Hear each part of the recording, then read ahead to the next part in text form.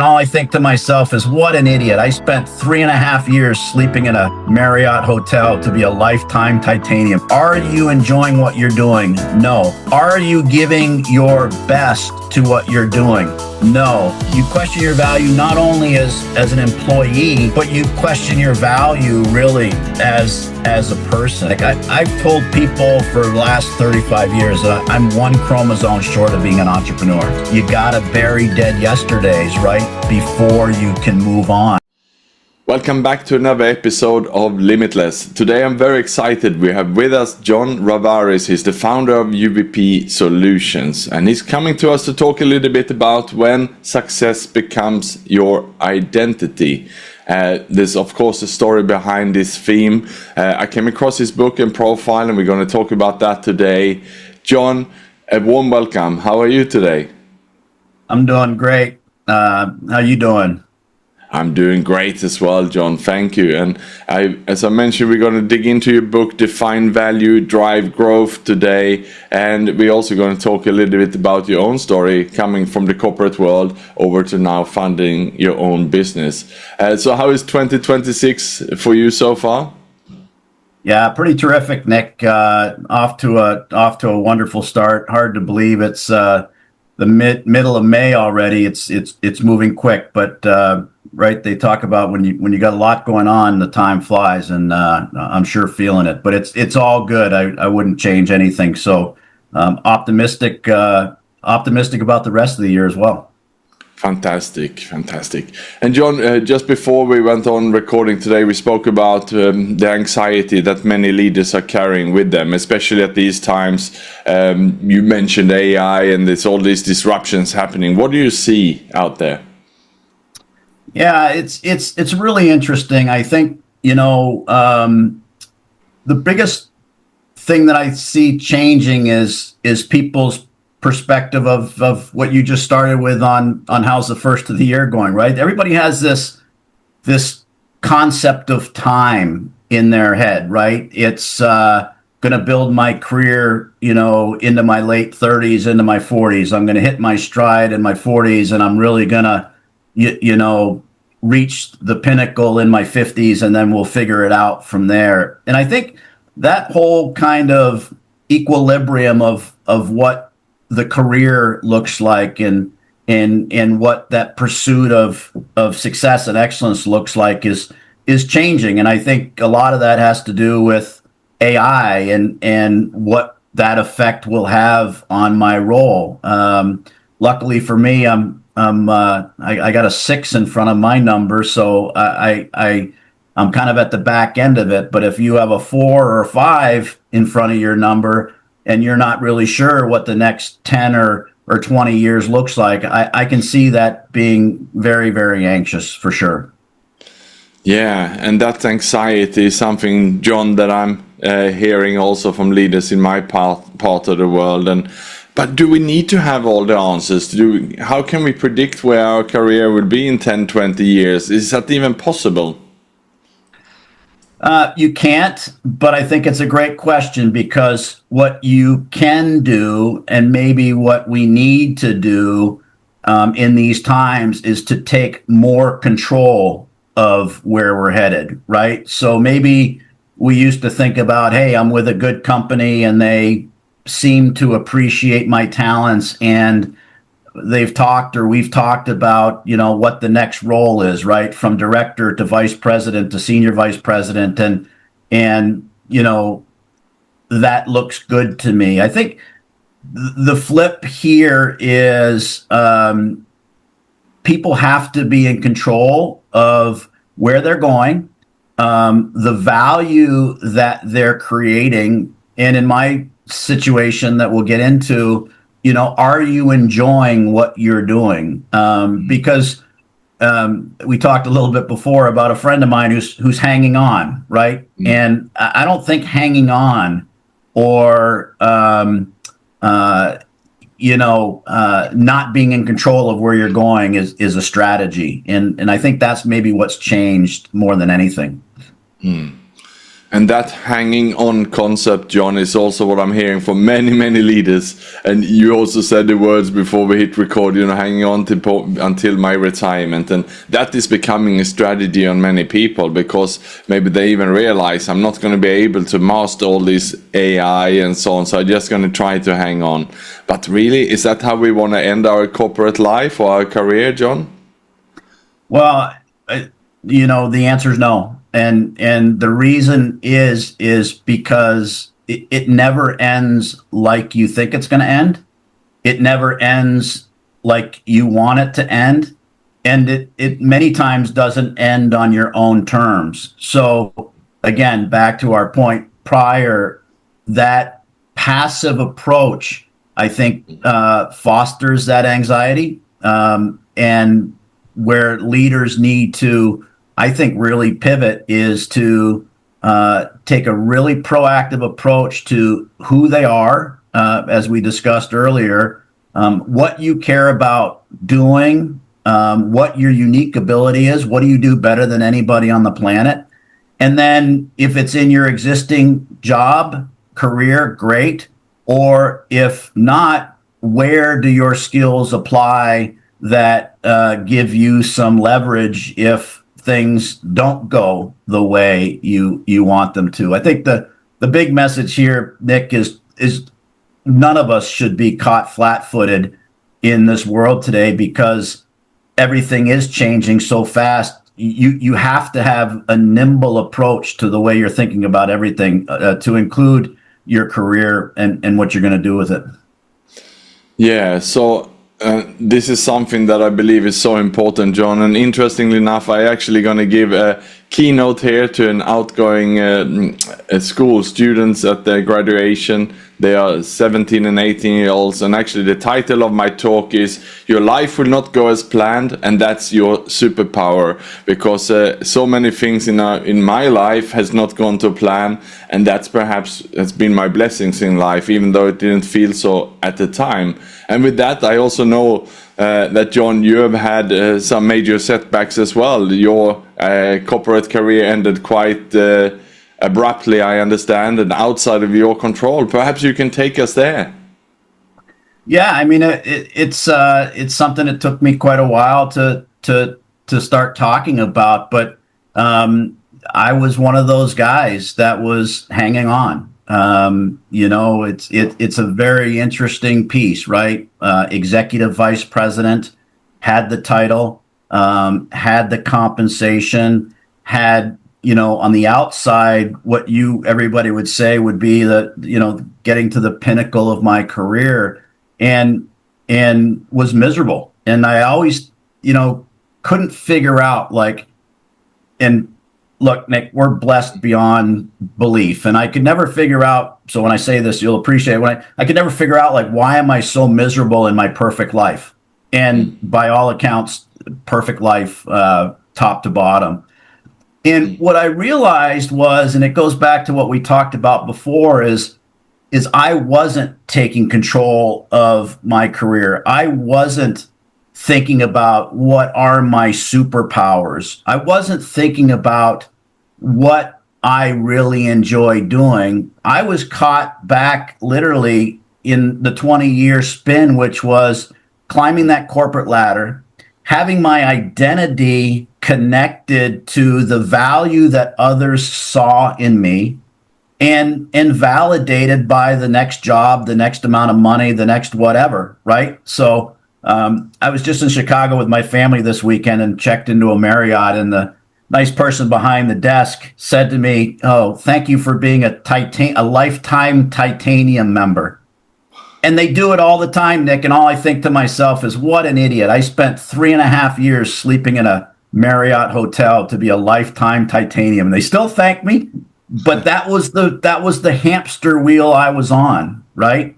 And when, quite frankly, that role came to an end, it was the wake-up call to say, you know what? You weren't doing what you were supposed to do in your role. You weren't contributing like the organization needed you to. Not that you couldn't, but I had lost the desire to.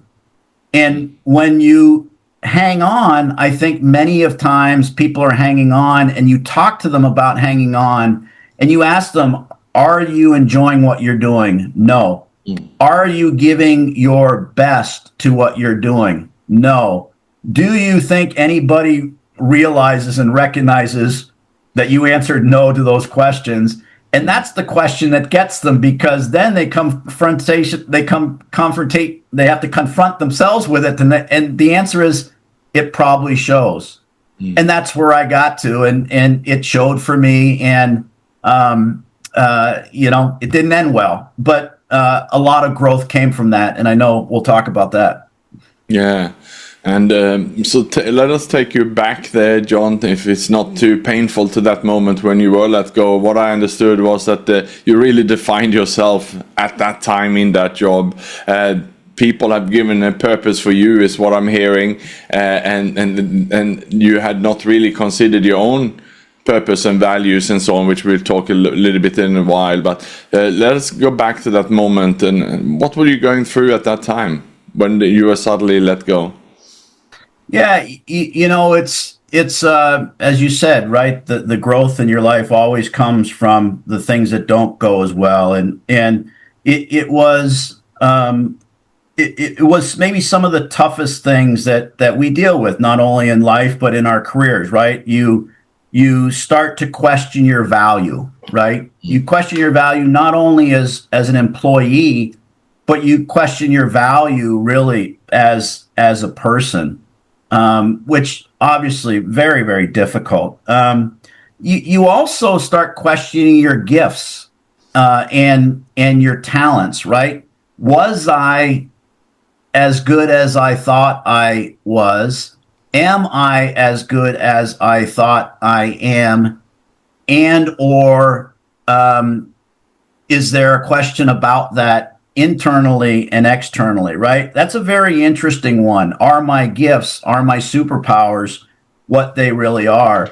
And then that really turned into, what are my unique abilities that really I can hang my hat on, that says, okay, in the face of this trauma, where do I retrench? Where do I get to a point where I say, yes, I do have value. Yes, I do have gifts.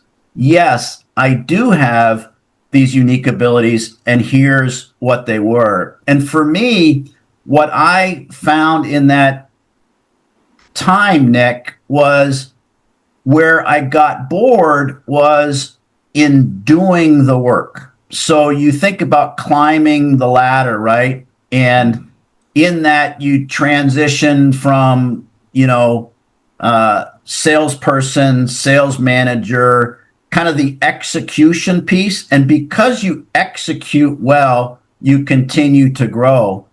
What I realized was, yes, I was a good executor, but actually my success was tied to my ability to lead and to have sales teams be successful as a group and as a team. And it was that teaching of others that I really enjoyed and was really good at. And in that current role where I got bored and where I was hanging on, the teaching of others was, and really the strategic work around that and unique value propositions in the book we'll talk about, I know, got to the point where the creative was over, the strategy was over, and it was tactical execution. And I really didn't enjoy the tactical execution at that point. Could I do it? Absolutely. Could I do it with the energy and vigor that the role needed? No. And in hanging on, somebody needed to tell me that, in fact, that wasn't acceptable, and that I needed somebody in that role that wanted to do those tactical pieces and strategic pieces. We're done, and so you got to go do them somewhere else. If that makes sense.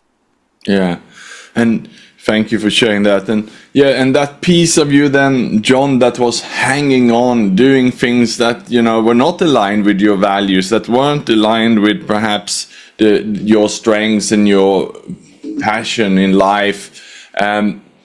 How did you cope during your corporate career to do them? We all perhaps tend to find our own ways of coping. I can remember myself at the peak of my corporate career, I was sitting in meetings, and I can remember sometimes for 2-3 hours, because I was in the medical industry running hospitals and clinics. And I remember sitting in these meetings, maybe 100 times questioning myself, just thinking, what am I doing here? At the same time, I had a paycheck that kept me there. It's almost like I had the golden handcuffs keeping me in this job. What was going through your life, John, if you just before your resignation, if you think about your last year, before the termination there in your last year, what was going through that to make you be able to hang on? Yeah, everything that you talked about, Nick, right? It was top of my career, title, compensation, from the outside looking in. People came to me because I was a kind of a uniter, if you will. I had that big sales and marketing personality, so I really liked the people, and the people kind of really liked me, and it was comfortable, and it kind of worked for my life and for my family at the time. So it was a wonderful existence. Quite frankly, a terrific organization that I'm still friendly with today. It just, to your point, right? Until sometimes you're forced to make that change, you don't make that change. And so I think I was hanging on for the comfort, for the security, for those, those things for a lot of people hang on to. The interesting part, and I tell this story all the time, Nick, I've told people for the last 35 years that I'm one chromosome short of being an entrepreneur. And I've always worked for private entrepreneurs. I've worked for private owned business my whole career, from a couple of, tens of millions of dollars to hundreds of millions of dollars. I've loved being in that entrepreneurial arena. I've loved being close to owners and operators of those businesses. But I also like that paycheck every 2 weeks. And so I was kind of feeding my ego in the role from a being close to the game, being close to that entrepreneur, but not having the risk. And so I got all those things that you would think about getting while I had the security. And I think those two things together were pretty powerful in keeping me there longer than I should have stayed. And what was the most painful, John, when all of this happened? What was, if you remember the day when you found out? Yeah, 100%. It was questioning your value. There's no question in my mind. I went through a really hard period of am I good at what I can do and have done, and obviously, being let go from organization, that's one of the question pieces. I luckily had a terrific friend of mine who owned a really high-end residential construction company in the town I lived in, and he was kind of looking to answer this question of, should I scale or not? Should I not scale? And so I went to work with him for almost 3 years as his kind of general manager. And I don't want to say that I hid, Nick, but it was a terrific time to hide. It was during COVID. I was off the road. I didn't get on any airplanes. I didn't get on any, I wasn't staying in any Marriott hotels. And that kind of time gave me the opportunity to rebuild my confidence in myself. And I read a lot. I don't know if you've read Ryan Holiday's book, Courage is Calling. There was publications like that where I really had to dig in and to see how much fear was holding me back, and how do I get over my fears. A great book I love, From Strength to Strength, Arthur Brooks's book around, what are your true talents that that you developed early in your career, and how do you translate those into, your the back half of your career, those unique abilities that take you from where you are to where you're going. And then, I always finish by talking about, Win the Day by Mark Batterson. And, his concept is you got to bury dead yesterdays right before you can move on. And I needed to do a lot of that burying dead yesterdays in that process of rebuilding myself to really chart the course forward. Yeah, and I like how you share it, that you needed that time, and it's almost what I'm hearing. Perhaps it's a period of grief, John, isn't it? It's almost like a part of us is lost, so we need that time and space rather than just throw ourselves immediately into something new, right? 100%, and you can't put a time frame on it. Luckily, I was in a position to take most of 3 years. A lot of people have to get back to work and find work, and that's tough because for each person, the mourning process is different. I have a gentleman I work with now who went through it, and it kind of took him 6 months to said, I really got to compress and debrief before I can go forward and look at it. So mourning is a great term. It's almost like that breakup with your girlfriend, right? You got to fix yourself before you can engage with, your next relationship. And I think that holds very true to where we are in the workplace now, and going through some of these some of these pieces. You really got to make sure your foundation is strong to get back in. Or I think you run into potentially the same issues that happened in the past, right? Yeah, so you spent those 3 years getting over this loss, should we say, and reading positive materials and getting ready for the next phase of your life. And who did you become then after? Who is the new John we are seeing today? Yeah, it's a fantastic question. Really a guy who looks inward for strength, right?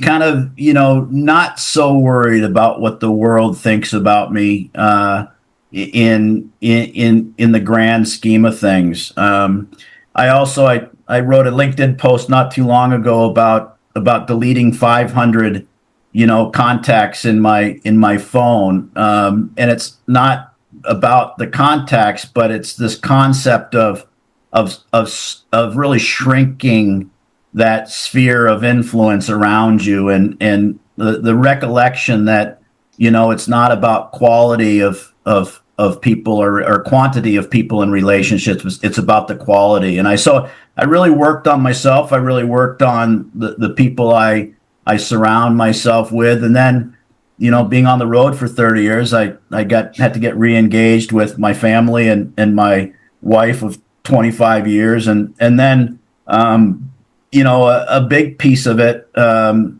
I know you're a proponent as well, is I really got into journaling, and I really sat back and was able to better articulate not only gratitude and all that we had in the perfect world, but also be able to work those emotions literally on a daily basis of how am I doing, how am I feeling, and keeping those in the forefront. So, in summary, to answer your question, I think a much more focused person, a much more inwardly, an inward barometer versus an exterior barometer. And then through the people that I've surrounded myself with, a close group of people where I can be myself, and that's good enough.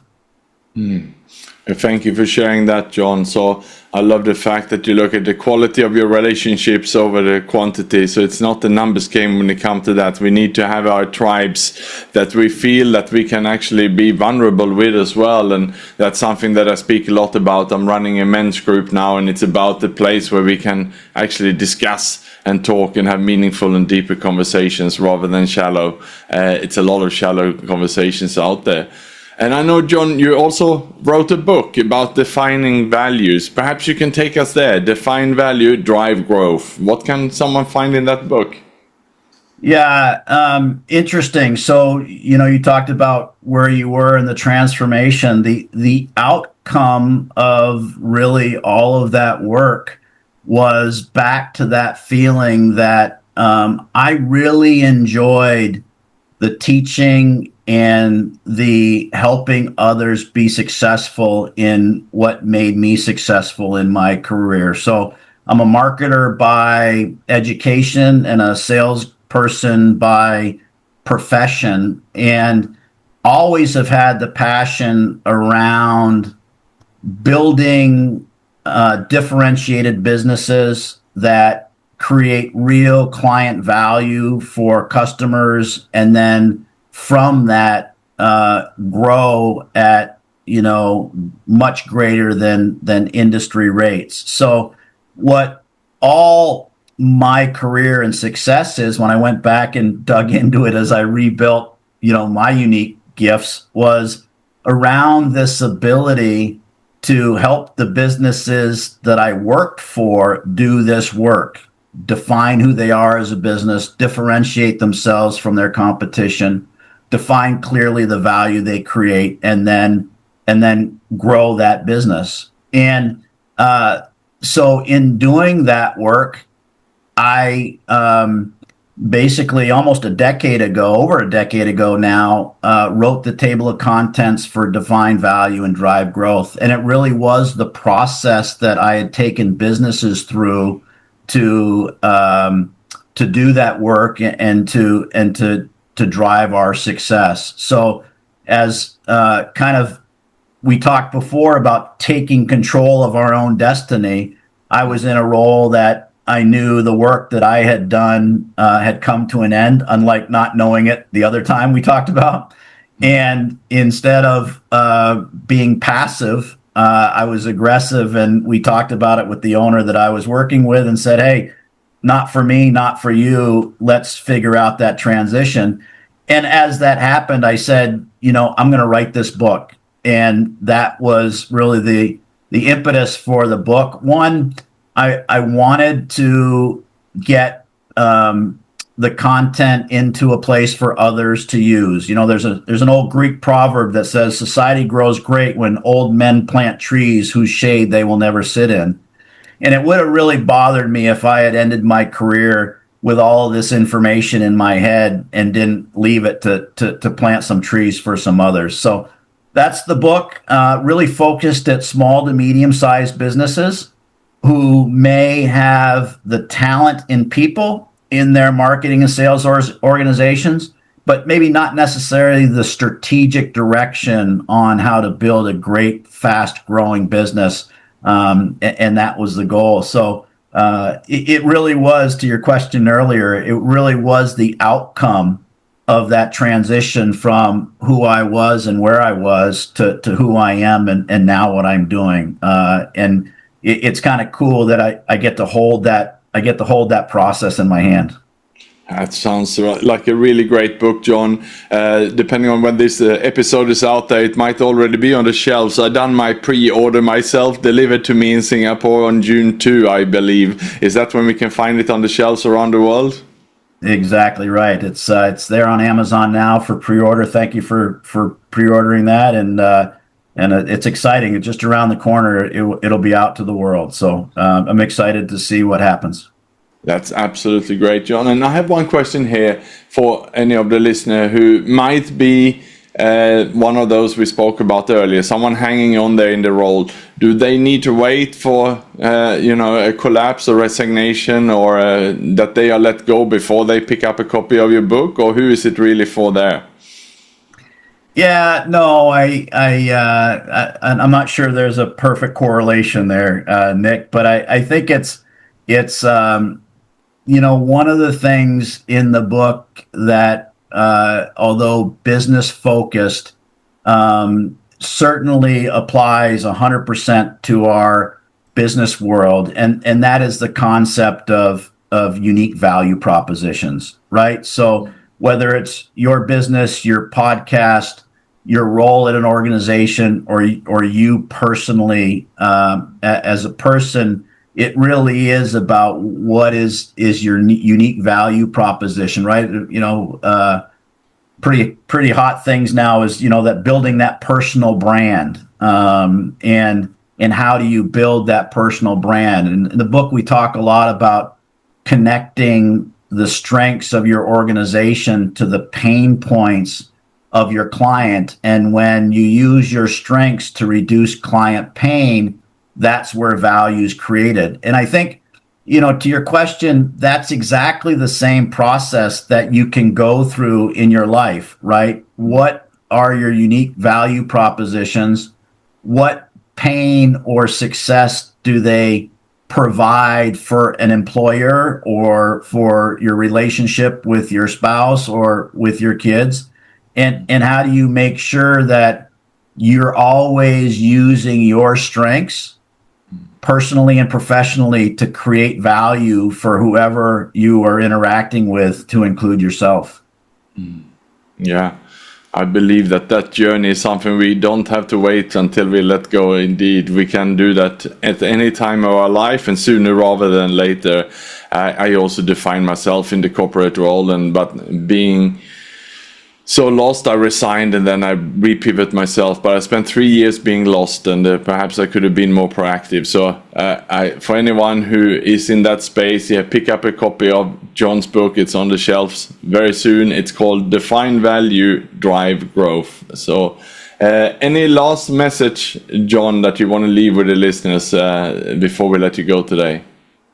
One, thanks for having me. I enjoyed it. I know you have a large international audience, and I know we're halfway around the world from each other. But the thing that somebody asked me the other day that I thought was really interesting, and it was, if you could create a law that everybody had to abide by, what would it be? And I think the best and greatest law that we could put in place around the world is just to be kind to one another. And I think we've lost a little bit of that as the world has gotten to be a more and more interesting place every day. But I think I would leave you with, if we can just figure out how, through the work that you're doing and the audiences that you're influencing and the people that listen, that if we can just try and be a little bit more kind to one another, I think things could get better, and I think it starts with us. Yeah, and I think that's a wonderful way to end. Let's be kinder to each other. Thank you so much, John, for coming on the show, and I wish you a wonderful rest of the evening at your end. And thanks to all the listeners as well.